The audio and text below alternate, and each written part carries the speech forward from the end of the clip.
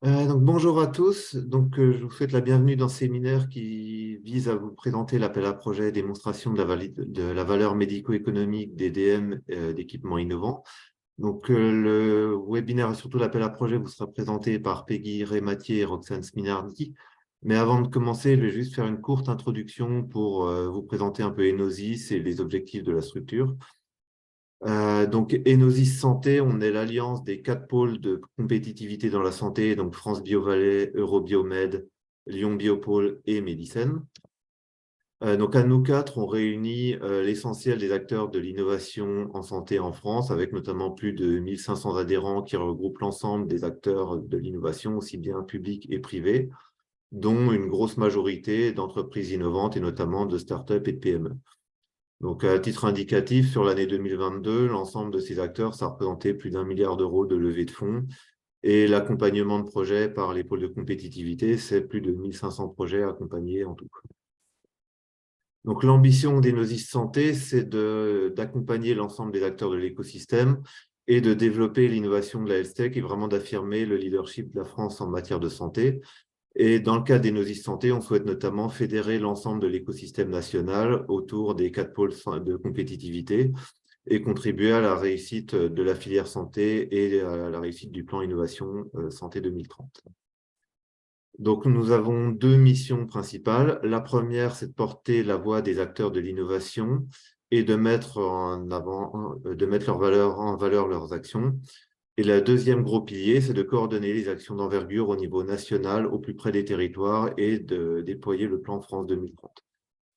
Donc, sur le premier plan, notre objectif, c'est d'être le porte-parole unique de l'ensemble des membres fondateurs d'Enosis et de nos adhérents et de coordonner les différentes actions au niveau national, notamment auprès des instances nationales et européennes. L'objectif, c'est également de représenter l'ensemble des enjeux des acteurs de l'innovation, c'est-à-dire tous les acteurs de l'innovation, aussi bien les startups, les PME, les grands groupes industriels ou les structures académiques et cliniques, et de valoriser les résultats des actions des pôles et de leur écosystème. Notre deuxième grande mission, c'est de coordonner l'ensemble des actions des pôles santé et notamment d'opérer le plan France 2030 au niveau des territoires et d'être le bras armé de l'Agence Innovation Santé en région. Donc, l'objectif, c'est également de mutualiser les ressources des différents pôles de compétitivité afin de renforcer notre impact, notamment sur les actions d'envergure nationale. En termes de force, on a la chance de pouvoir s'appuyer sur notre réseau des 4 pôles de compétitivité et sur notre connaissance fine des acteurs de l'innovation dans nos régions spécifiques. L'objectif d'Enosis, c'est évidemment de mutualiser nos actions et nos ressources pour mieux coordonner les actions. On a également la chance d'être très impliqué au niveau des actions structurantes phares comme le CSIS, les CSF ou France Biolite, par exemple. Et pour ces actions, on s'appuie aussi bien sur nos équipes internes aux différents pôles, ainsi qu'à des réseaux d'expertise bénévoles qui nous appuient dans nos différentes instances. Au-delà de ça, de façon plus terre-à-terre pour nos adhérents, Enosis Santé, c'est aussi la possibilité d'accéder directement à certaines initiatives comme des tarifs préférentiels pour participer à certains événements, notamment internationaux. La possibilité de mettre en place des stands partagés également sur les événements de grande envergure et l'organisation de webinaires d'information comme celui qu'on est en train d'organiser aujourd'hui. Les missions d'Enosis, c'est vraiment d'être un acteur clé en matière d'innovation de santé et de faire le lien entre les politiques nationales et régionales et d'articuler les différentes initiatives et l'animation, donc les différentes initiatives nationales et l'animation locale de l'écosystème qui est faite plutôt par les pôles de compétitivité. J'espère que du coup, ça vous donne un peu quelques informations et plus de visibilité sur Enosis. Et je vais laisser la parole pour la suite du webinaire pour la présentation de l'appel à projet, donc à Peggy Rématier et Roxane Spinardi. Et juste un petit dernier détail pratique avant de leur laisser la parole. On va commencer par la présentation du webinaire et on répondra à toutes vos questions à la fin. Donc, par contre, pour les questions, je vous invite à utiliser le formulaire de questions-réponses qui est dans Zoom. Et donc, on répondra à toutes les questions ensuite en fin de séminaire. Donc, sur ce, je vous laisse la parole, Roxane et Peggy, et je vous laisse reprendre le partage d'écran également. Merci Étienne. Alors, bonjour à tous. Je vais vous faire une petite intro sur ce qu'on appelle le plan DM. Le plan DM, de son nom officiel, développer et produire les dispositifs médicaux innovants de demain. Ce plan DM s'inscrit dans une stratégie du plan innovation santé, de France 2030. France 2030, c'est un grand programme d'investissement qui vise à développer la compétitivité industrielle et technologies d'avenir. Dans ce cadre, heu, plusieurs objets santé sont priorisés et notamment, cette stratégie, le plan DM, qui porte sur les dispositifs médicaux et les dispositifs médicaux de diagnostic in vitro, qui est une stratégie dotée de 400 millions d'euros, lancée il y a 1 an, fin février dernier, hem et qui se décline en 4 axes. 4 axes qui, suivent, on va dire, un continuum d'innovation qui part de l'innovation, qui passe par la démonstration, l'industrialisation et l'accès au marché, et à chacune de ces étapes, on va, proposer aux porteurs de projets un certain nombre de mesures ou de guichets qui vont pouvoir leur permettre, d'avancer dans leur projet. L'idée étant de ce plan, de pouvoir créer les conditions d'émergence de l'innovation de la filière du DM et du DIV, avec un objectif principal de ce plan qui est revenir à une balance commerciale positive d'ici à 2030. Alors cette balance commerciale positive, elle s'accompagne d'un certain nombre, on va dire, de paramètres à intégrer, et notamment, celui du passage sous nouveau règlement MDR et IVDR, que l'on va tenter, de solutionner, ou en tout cas de faciliter le passage sous ces nouveaux règlements dans le cadre de ce plan. Le premier axe, qui porte sur l'innovation, consiste en grands défis d'innovation qui vont être lancés prochainement et qui vont faire l'objet de feuilles de route sectorielles au sein de enfin, par segment, de marché, on va dire, ou par typologie de DM, dans ce cadre, ce premier axe. La démonstration, c'est précisément ce que Peggy va vous présenter juste après. L'industrialisation passe également par un appel à projets qui porte sur le développement de capacités de production. Alors sur 2 volets, de DM innovants ou de intrants, innovants, d'une part, développement de capacités, création de nouvelles capacités, développement d'une pilote, et d'autre part, ce qu'on va appeler des DM stratégiques. Donc ceux-là ne sont pas forcément innovants, mais contribuent à une prise en charge de patients dont le caractère stratégique sera démontré par le porteur, en attendant de pouvoir définir collectivement avec les autres ministères une liste de DM stratégiques. Le dernier point, qui consiste à proposer aux porteurs un ensemble de mesures d'accès au marché, on fera un focus, après la présentation du démonstrateur, sur un guichet de diagnostic réglementaire qui permet également aux porteurs, alors spécifiquement de PME et de start-up, de pouvoir, disposer d'une expertise, sur un certain nombre de domaines dans, leur, j'ai envie de dire, projet, de marquage de leur dispositif. Ce qu'on peut ajouter peut-être, c'est que ce plan DM a, des guichets qui lui sont propres et qui visent spécifiquement, les filières DM et DIV en son sein. Néanmoins, il n'est pas inutile de rappeler que BPI opère un certain nombre de guichets qu'on appelle structurels, c'est-à-dire qui s'adressent pas uniquement à une filière sectorielle, mais à un ensemble de filières.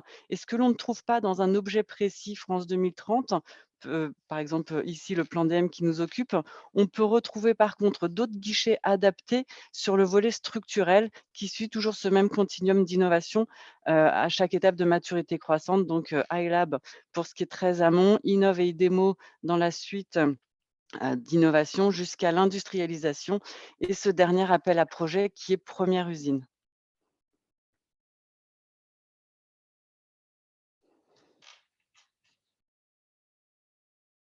Bonjour à tous. Donc, je vais vous présenter plus particulièrement l'appel à projet démonstration de la valeur clinique et médico-économique des dispositifs médicaux d'équipements innovants.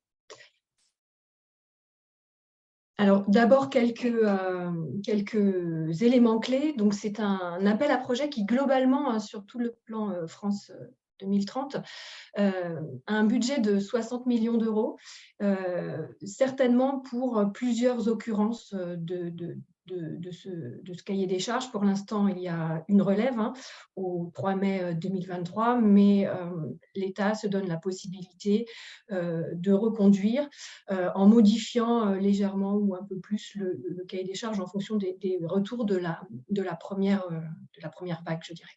Donc, l'objectif global, c'est évidemment, comme le titre l'indique, de soutenir l'évaluation rigoureuse de la valeur médico-économique des dispositifs médicaux d'équipements innovants et démontrer leur valeur clinique en vue d'un marquage CE si aucune étude n'a encore permis de le démontrer. Surtout, ce qui est visé par l'État, c'est finalement de soutenir l'installation de ces dispositifs médicaux qui est souvent intensive en capital, l'installation dans les établissements de santé. Et ce qu'il est possible de financer au niveau de l'appel à projet, c'est l'amortissement des dépenses de dispositifs médicaux pendant la durée du projet. Et pour finalement, je dirais, construire, évidemment montrer le bénéfice médico-économique, mais contribuer à construire la confiance des utilisateurs dans ces nouveaux équipements. Alors, le processus de sélection, c'est un processus qui est en deux temps. Ce qu'il faut retenir, c'est qu'il y a donc à la clôture, le 3 mai, on demande un dossier complet et surtout un synopsis de protocole, donc une première version du protocole d'études cliniques. Et puis, si le dossier passe la phase de présélection, alors à ce moment-là, le jury qui a vu le dossier en présélection donne des recommandations sur le protocole. Et puis, on organise aussi un petit module de sensibilisation aux attendus du cahier des charges pour les projets sélectionnés. Et les porteurs ont 3 mois pour rédiger un protocole complet et nous renvoyer ce protocole complet. Ensuite, sur la base de ce protocole complet, sont organisées des auditions. Et puis, à la suite du résultat de ces auditions, les projets passent en phase d'instruction pour une décision en novembre. Alors, qu'est-ce qu'on entend par dispositif médical d'équipement innovant ? On a eu beaucoup de questions sur ce point, c'est pour ça que je fais un zoom là-dessus. Donc, ce sont des équipements, des dispositifs médicaux qui sont à usage collectif et utilisés par un professionnel de santé dans un établissement de soins ou bien en laboratoire d'analyse. Les DMDIV sont inclus, d'équipements sont inclus dans l'appel à projet. Et alors, il y a des cas un petit peu qui posent question, quand par exemple un dispositif médical est composé d'une composante hardware, avec aussi un système informatique ou un logiciel. À ce moment-là, l'innovation, pour pouvoir être éligible, l'innovation doit concerner principalement la partie hardware du dispositif médical. Pour ce qui est des dispositifs médicaux numériques et majoritairement numériques, je vous invite à regarder les appels à projets qui s'appellent « Évaluation du bénéfice médico-économique des dispositifs numériques » et à base d'intelligence artificielle, qui ont une récurrence aussi annuelle. Alors, dans un appel à projet, il y a toujours des critères d'éligibilité. Alors, la première chose, c'est finalement l'objectif du projet. Donc, vous l'avez compris, l'évaluation médico-économique de dispositifs d'équipement. Alors, ces dispositifs peuvent être soit marqués CE, soit avoir un marquage CE qui sera obtenu avant la fin de l'évaluation clinique médico-économique. Donc, si le marquage CE est en cours, le projet peut postuler. Et puis, par exception, et ce sont des choses à justifier, le projet en fait peut aussi porter sur à la fois la démonstration clinique en vue d'obtenir le marquage CE, et l'évaluation médico-économique du dispositif. Ce sont des types de protocoles qu'on voit de plus en plus, et lorsque c'est justifié, eh bien, ils peuvent tout à fait postuler à cet appel à projet. Alors, en conséquence de tout ça, au niveau, je dirais, réglementaire, quels sont les documents qu'on demande ? Il faut que le porteur puisse démontrer la mise en œuvre effective d'un système de management de la qualité, et donc de façon Pratico-pratique, je dirais, les documents qui sont demandés, l'objectif, c'est de garantir la capacité de la structure à prendre en charge le développement du dispositif et surtout à lancer le produit sur le marché dans un délai raisonnable. Et donc, les 3 documents, il faudra pouvoir présenter soit un certificat de marquage CE par un organisme notifié, soit un rapport d'audit de marquage CE qui comporte au plus 2 non-conformités, c'est-à-dire qu'on montre qu'on est dans le processus de marquage CE, ou bien un rapport d'audit ISO 13485 qui, au plus, comporte 2 non-conformités majeures et ce rapport qui a moins de 12 mois. Voilà. Pour ce qui est du budget, l'assiette des dépenses doit être comprise entre 500 000 € et 10 millions d'euros pour des projets entre 1 et 4 ans. Un autre point important aussi est associé au type de porteur qui est éligible. Alors, le porteur doit être une personne morale unique et française, c'est-à-dire que les projets pour cet appel à projet ne sont pas des projets multipartenaires, collaboratifs. On peut avoir des partenaires, mais si on a des partenaires, ils sont sous-traitants. Le porteur de projet, alors, il est responsable du développement du dispositif et de sa mise sur le marché, donc du marquage CE. Autre point aussi, le porteur de projet doit être promoteur de l'étude. Voilà. Le protocole doit être multicentrique, donc soit que les centres sont plusieurs établissements de santé, soit qu'il y ait en fait plusieurs services différents dans un même établissement de santé. Et puis, les travaux doivent être réalisés en France. Alors, il peut y avoir une partie des travaux ou des centres étrangers, mais ils ne sont pas éligibles à l'assiette de dépenses. Voilà. Alors maintenant, l'autre point important, ce sont les critères de sélection. Et je dirais que un des critères très, très importants pour ce cahier des charges, c'est la qualité du protocole d'études proposé. Voilà, l'étude doit apporter des preuves tangibles pour supporter le modèle économique visé. Et je dirais que déjà, dans un premier temps, et ça paraît basique, mais c'est ce qui est important, c'est que l'objectif principal permette de démontrer le bénéfice attendu. Et puis aussi, par exemple, que la taille de la cohorte soit pertinente et qu'on puisse justifier le calcul de cette taille de cohorte. Voilà. Ensuite, on a des critères, somme toute, assez classiques pour des appels à projets nationaux. Ils sont listés avec beaucoup de détails dans le cahier des charges, vous les aurez. Donc, la clarté, la pertinence de l'impact médical ou économique attendu, c'est quelle est la proposition de valeur. Une stratégie d'accès au marché établie avec qu'on puisse exposer s'il y a création d'un nouvel acte, quelle est la position par rapport aux appels d'offres hospitaliers, par exemple. Le degré d'innovation du projet, puisqu'on doit avoir affaire à un dispositif médical innovant. L'expérience des porteurs de projet et puis la maturité du projet. Le potentiel de marché, le réalisme des hypothèses de marché, des hypothèses de pricing du produit, et puis des volumes de vente. Le plan de financement aussi, avec la clarté de ce plan de financement, le réalisme du budget qui est proposé. Et puis enfin, la prise en compte de la transition énergétique et écologique qui est demandée maintenant dans tous les appels à projets nationaux. Voilà, montrer dans quelle mesure il y a une réelle prise en compte de la transition énergétique et écologique. Et vous avez une grille dans le dossier pour vous aider à faire cette analyse. Alors, les modalités de financement, d'abord le taux d'aide, il dépend du statut de l'entreprise. Pour une petite entreprise, le taux d'aide est de 45%, une moyenne entreprise 35%, une grande entreprise 10%. L'aide est attribuée à la fois en subvention et en avance remboursable.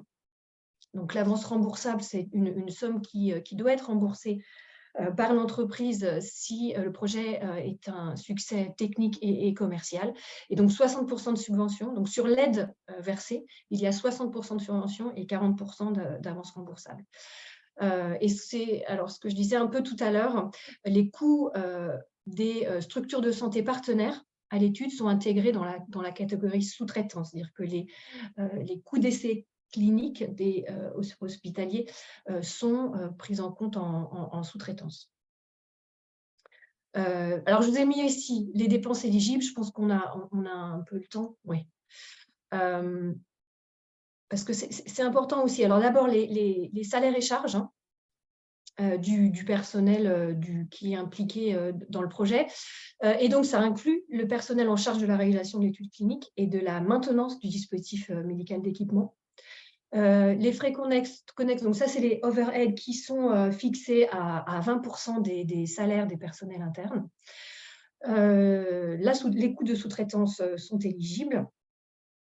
La contribution amortissement, donc c'est là qu'on peut ajouter dans le budget l'amortissement du dispositif d'équipement, donc au prorata de l'utilisation dans le projet, ainsi que les frais annexes d'installation et de maintenance. Ensuite, certains frais de mission et puis voilà, certains coûts d'achat et de consommables qu'on ne peut pas amortir. Voilà. Juste un petit détail, mais on a le temps de le rappeler, les dépenses en fait sont éligibles à compter du lendemain du dépôt du dossier, c'est-à-dire d'ici le 4 mai 2023. Voilà, donc j'en ai terminé. Je vous remets ici la page web sur laquelle vous trouverez l'appel à projet. Je rappelle aussi que les dossiers de candidature en fait, sont à télécharger sur un portail web qui s'appelle Pixel. Et puis, le contact à BPI France, qui est opérateur pour l'État, hein, je ne l'ai pas rappelé, de cet appel à projet. Donc, vous avez ici une adresse email. Je vous confirme qu'il y a quelqu'un derrière cette adresse email, même si elle est un peu générique. Et on reçoit au fil de l'eau vos questions et on y répond au fil de l'eau.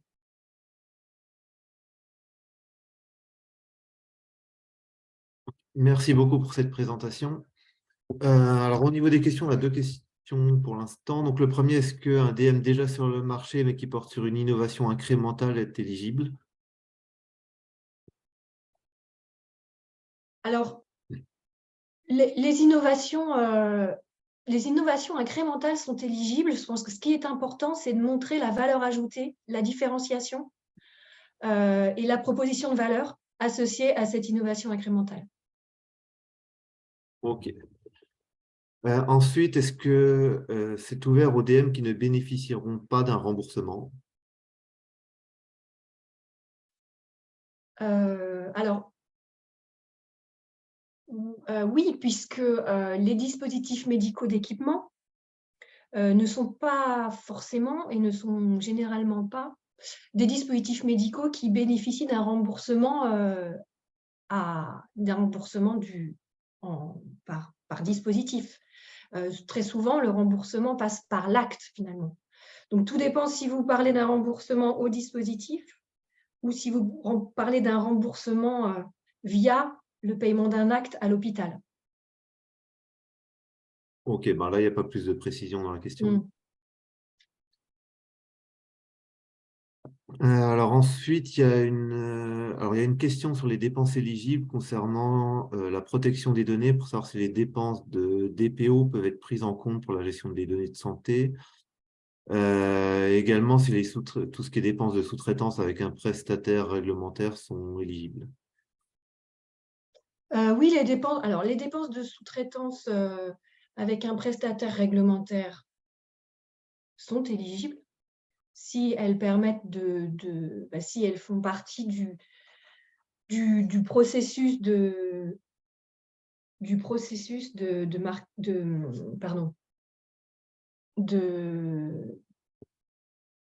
rédaction de l'étude clinique. Alors, pour ça, moi, par contre, ce qu'on avait prévu, c'est de vous montrer aussi cette autre offre, je dirais, mise en place par l'État et BPI France, associée qui s'appelle Diagnostic Dispositif Médical et qui finance les frais de sous-traitance des consultants qui aident à la constitution du dossier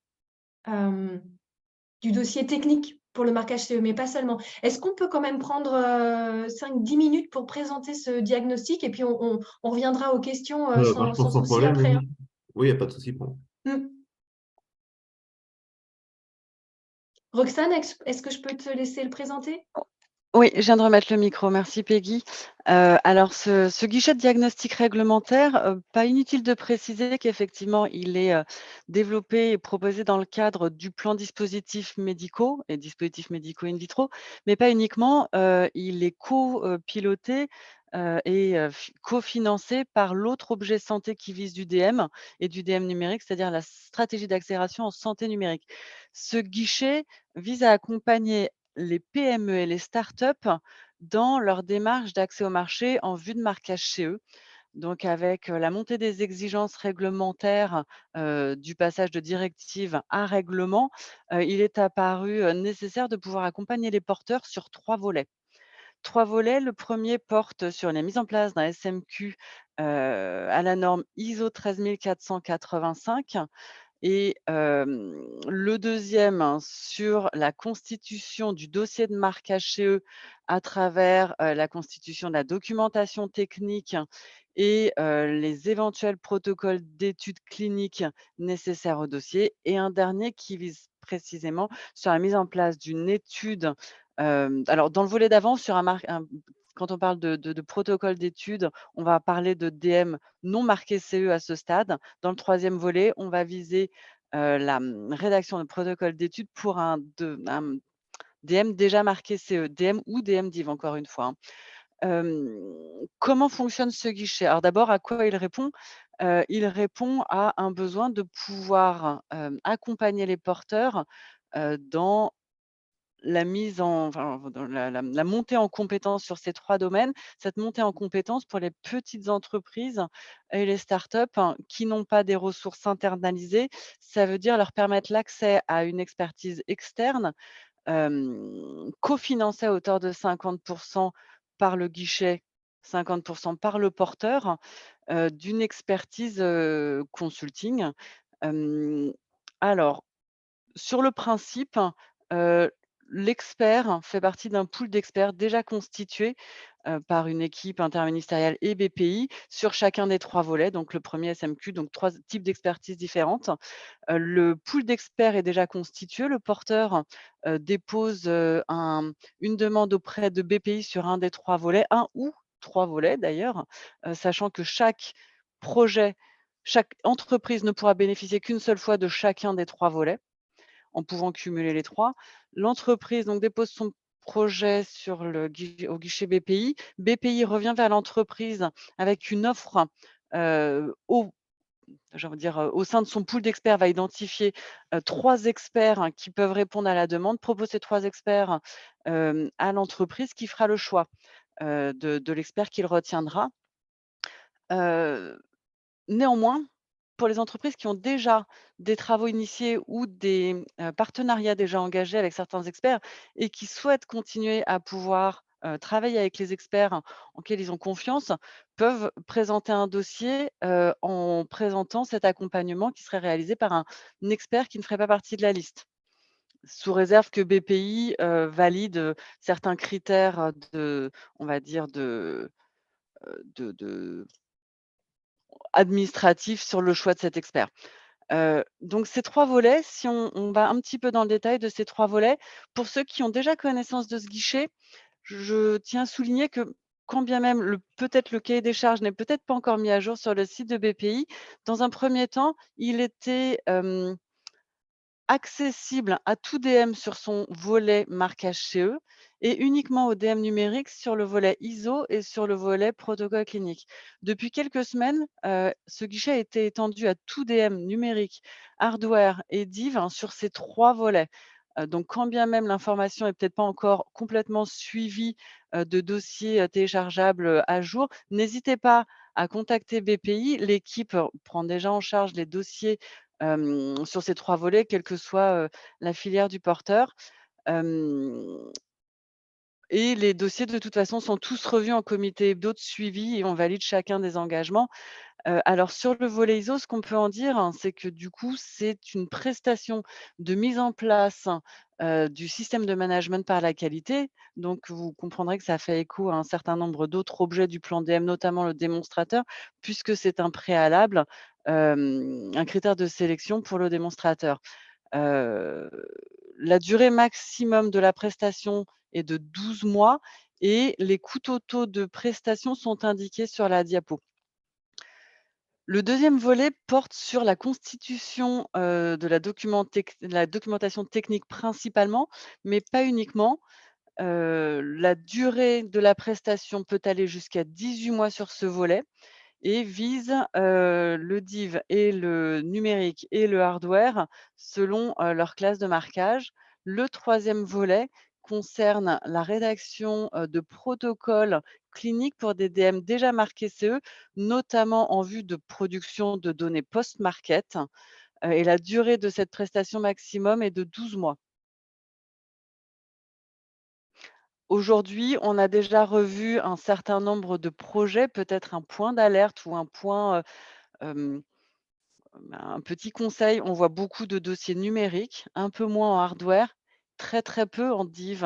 Alors je tiens juste à rappeler que, le div va essuyer les mêmes plates que le hardware, hein, sur le passage sous règlement, mais avec une marche à franchir qui est peut-être plus conséquente parce que, 80 de div auto-marqués, heu, peut justifier de prendre, j'ai envie de dire beaucoup de précautions et anticipations, pour la constitution des dossiers de marquage.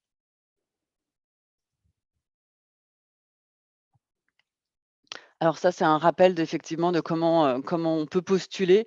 Pour rappel, vous déposez un dossier sur le site de BPI.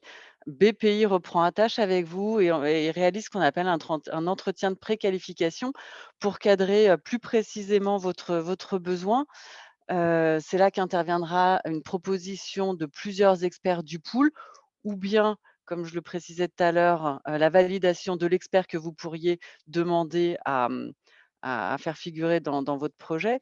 Heu, Ensuite, il y a ce dépôt, validé en ligne, l'étude du dossier, la validation de la demande et signature des contrats.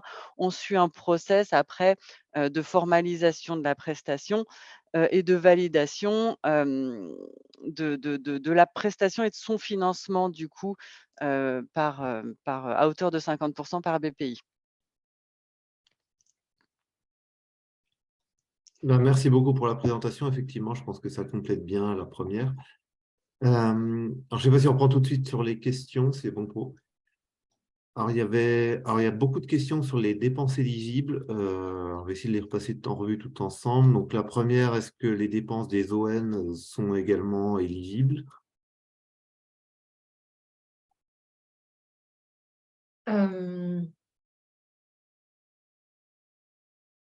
En fait, non, cet appel à projet finance vraiment Hmm. l'étude clinique, donc qu'elle soit pour le marquage CE ou pour des données médico-économiques, mais elle ne finance pas le dépôt du dossier et de marquage CE et le coût de l'organisme notifié. D'accord. Alors, toujours sur les dépenses éligibles, est-ce qu'il y a une limite à la sous-traitance? Une limite à quoi, pardon, j'ai pas bien entendu. Au montant total de la sous-traitance dans le projet? J'en ai pas en tête. En tout cas, c'est pas écrit dans le cahier des charges. Roxane, est-ce qu'on avait une limite à la sous-traitance? Je ne crois pas. Ça mérite de rechecker, il ne me Oui. semble pas. OK. Donc après, toujours en sous-traitance, est-ce que les dépenses liées à la cybersécurité peuvent être éligibles? Enfin, après ce que vous venez de dire, j'ai l'impression que. Alors, si elles sont associées à la réalisation de l'étude clinique, oui. OK. Et Est-ce- à la mise en place des équipements au sein de l'établissement. OK, donc le mot-clé, c'est vraiment, ça va être lié à l'étude clinique. Je Oui. pense que ça va être la même réponse un peu pour toutes les questions, en fait. Alors, après, alors, je suis pas sûr de comprendre la question, mais une question sur l'amortissement. Donc, l'amortissement des DM est pris en charge pour le temps du projet, quid d'une partie à usage unique du DM? Alors ça, si c'est un consommable, Bah, alors j'imagine. à ce moment-là, les coûts sont éligibles, oui. Ok. Alors, il y a une personne qui se demande comment s'intercale cet appel à projet par rapport aux demandes de forfait innovation qui a les mêmes exigences, notamment autour des études cliniques et économiques. Alors, je dirais que, alors il y a une chose, c'est que, alors la première chose, c'est qu'on ne peut pas, on peut pas avoir des aides d'État sur les mêmes dépenses. Ça, c'est pour tous les appels à projets nationaux. Ensuite, je pense que les dépenses éligibles, alors je ne veux pas m'avancer sur le forfait innovation, mais les dépenses éligibles sont un petit peu différentes. Donc, Puis effectivement. peut-être qu'on peut juste compléter en disant qu'on construit et fait relire ce cahier des charges par la HAS qui pilote le forfait innovation et qu'on ne financerait effectivement pas le même type de projet ou pas dans les mêmes conditions. Ok, effectivement, c'est assez clair. Du coup. Euh,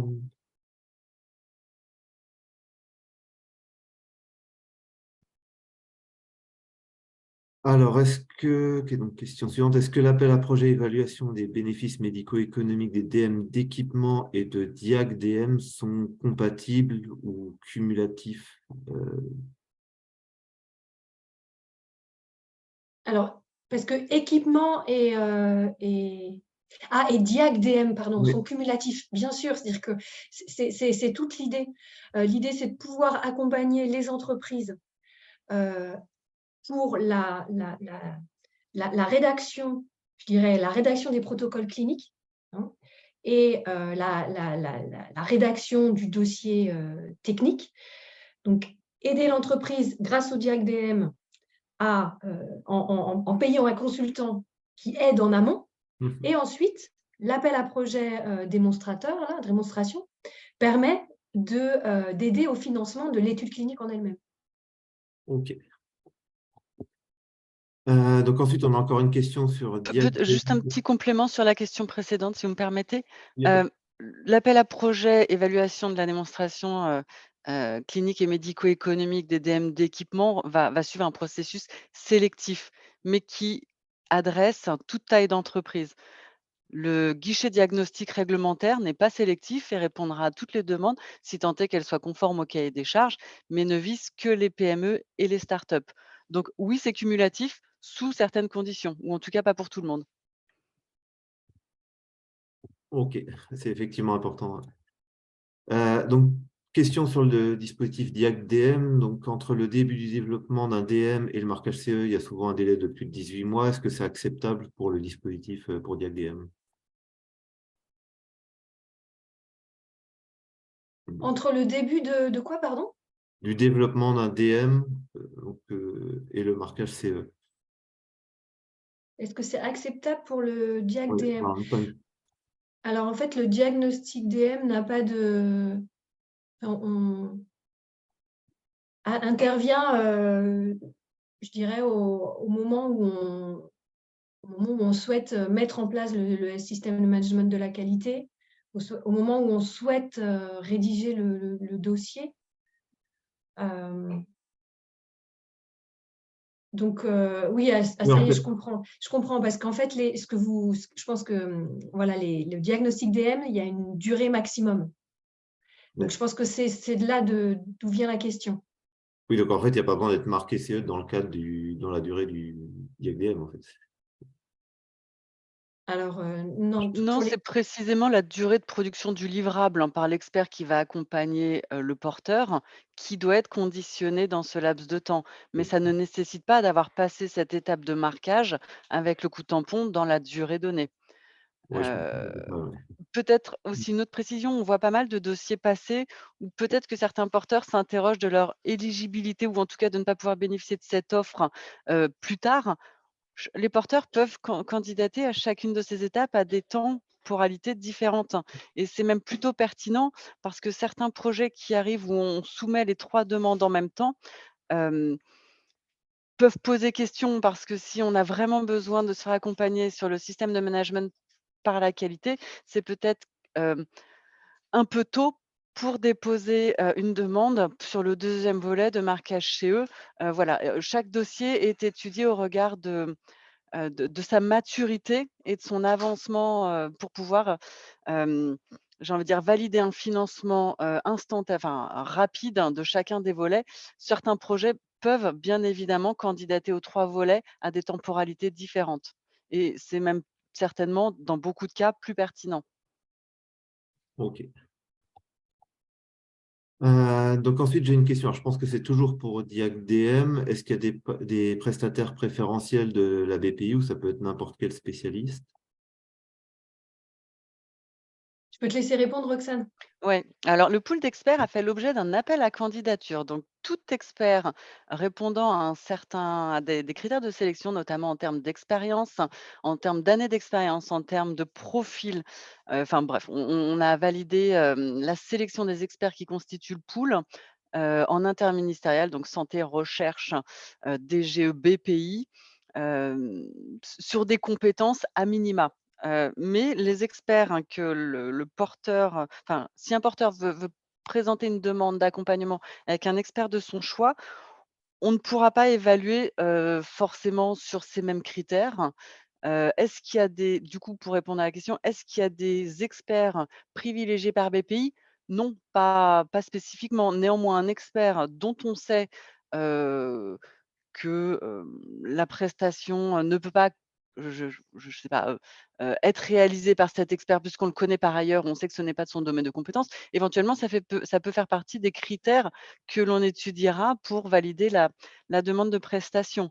Mais il n'y a pas de choix spécifique de BPI et peut-être rappeler aussi que les coûts totaux de prestations qui sont indiqués, ne veulent pas dire qu'une demande, heu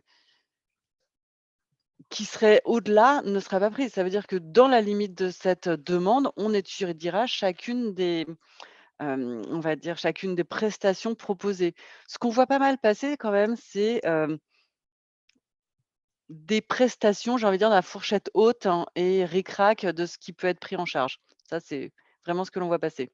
Néanmoins, on a aussi des cas où on arrive avec des experts, qui ne font pas partie du pool, qui répondent très bien à la commande et qui se trouvent dans les marges, très acceptables de la prestation. Ok. Donc ensuite, question suivante. Donc, pouvez-vous repréciser si les centres cliniques situés hors France sont éligibles comme sous-traitants? Donc, moi, j'avais noté qu'ils ne sont pas éligibles à la subvention, du coup. Enfin, Oui, c'est-à-dire qu'ils ne sont pas éligibles pour le budget et pour les dépenses sur lesquelles porteront l'aide. Par contre, un dossier peut être présenté avec un certain nombre de centres qui ne sont pas français. Alors, par contre, une étude clinique avec une très grande majorité de centres non français, le dossier sera discuté. ok. Je pense qu'il faut pouvoir justifier le fait qu'il y ait un grand nombre de centres référents non français. Ok. Donc ensuite, je pense qu'on repart sur l'autre appel à projet. Donc pour la rédaction du dossier sur le PowerPoint, il y a un intitulé Hypothèse du projet. Est-ce que vous pouvez préciser ce que ça signifie? Enfin, je Vous pense. pouvez redire la question Ah, sur... sur le PowerPoint, pour la rédaction du projet, il y a un intitulé Hypothèse du projet. Est-ce que vous savez, enfin, qu'est-ce qui est attendu, je pense, dans cette partie? Là, je ne saurais pas répondre. Par contre, prenez attache avec nous, hein, sur l'email que j'ai donné et on vous fera une réponse. Ok. Alors ensuite,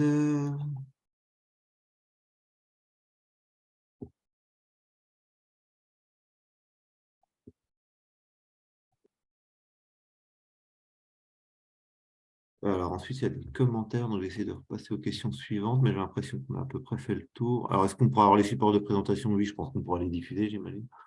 Oui. Après, en tout début, il y avait une question plus générale sur le plan DM, et notamment une personne qui demandait en quoi vont consister les grands défis du plan DM. Donc, je sais que ça a été répondu par écrit, je ne sais pas si vous voulez repréciser à l'oral. Ou je peux apporter quelques compléments. En fait, le grand défi visera à confier, à un pilote le mandat après large consultation de l'écosystème, d'identifier les principaux verrous techniques et ou de santé publique et de proposer une réponse pour lever ces verrous. Ce qui veut dire proposer une feuille de route, une stratégie que l'interministériel validera au préalable et ensuite il aura la charge, ce pilote, de dérouler sa feuille de route, à partir d'outils qu'il aura identifiés comme étant les plus adaptés pour lever les 10 verrous. Donc selon la thématique du grand défi, on n'aura pas forcément les mêmes outils ou les mêmes temporalités. En parlant d'outils, derrière, ça peut être des appels à manifestation d'intérêt, des appels à projets, des guichets comme celui que l'on voit spécifiquement, sur le réglementaire, aujourd'hui. Voilà, tout est à construire et c'est précisément, le rôle qu'auront ces pilotes, dans un premier temps. Donc, on a le premier pilote qui nous rejoint dans une semaine, sur, les grands défis. Alors on a grands défis plutôt techno là, de blocs de demain et d'implants prothèses. Ok, merci pour la précision.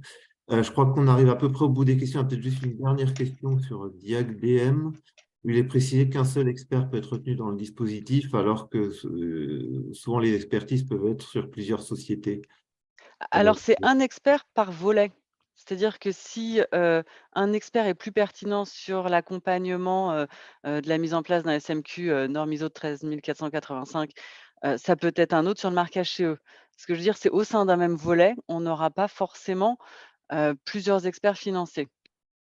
Ok, Mais on peut avoir plusieurs experts selon les différents volets, bien évidemment. ok, bah c'est effectivement plus clair. Et je crois qu'il y a une dernière question qui vient d'être posée. Est-ce qu'il y a toujours un split entre financement de dossier et de marquage CE et le protocole d'investigation clinique? Je suis pas certaine de bien cerner Ouais. la question.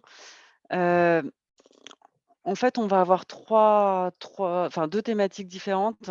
Le protocole, je rappelle qu'avant, en fait, il y avait un distinguo, de cibles de chacun de ces volets qu'on a corrigé par la suite. Donc, maintenant que, les 3 volets s'adressent à tout DM, la question se pose moins. Mais l'idée était de différencier, les protocoles en vue de marquage des autres protocoles de données Oui, complémentaires, oui, alors la etc. personne a ajouté une petite complément en disant qu'avant, il y avait 10 000 € pour le protocole d'investigation clinique. Je ne sais pas si ça vous parle. Ou alors, je me sou ça donc dans le volet 2. Du coup, la question porte sur, dans le cadre du dossier de marquage? Oui. Oui, oui. Hem, alors effectivement, en fait, on est sur une dissociation effectivement, de la prestation dans le cadre de la volet du volet 3 et il y a une limite de prise en charge sur ce poste, précis. Je ne sais plus si c'est 10 cas ou pas, ça je peux vérifier et apporter la réponse, plus tard, mais effectivement, ce ne sont pas les mêmes montants pris en charge sur les 2 volets. Ok. Ben, merci beaucoup pour les réponses. Là, je ne vois pas d'autres questions ouvertes. Donc, je tiens à vous remercier pour l'organisation du webinaire. Donc, nous, effectivement, on pourra rediffuser les slides sans problème à toutes les personnes inscrites. Et merci à vous. Du coup, je ne sais pas si vous avez un autre commentaire à ajouter. Merci, non, mais merci pour de nous avoir donné l'opportunité de présenter cet appel à projet. Encore une fois, n'hésitez pas à écrire à l'adresse email pour toutes vos questions. Voilà, et je rappelle la clôture le 3 mai. Ben, merci beaucoup. Mmh. Et bonne Merci à journée à tous. tous. Au revoir. Merci. Au revoir.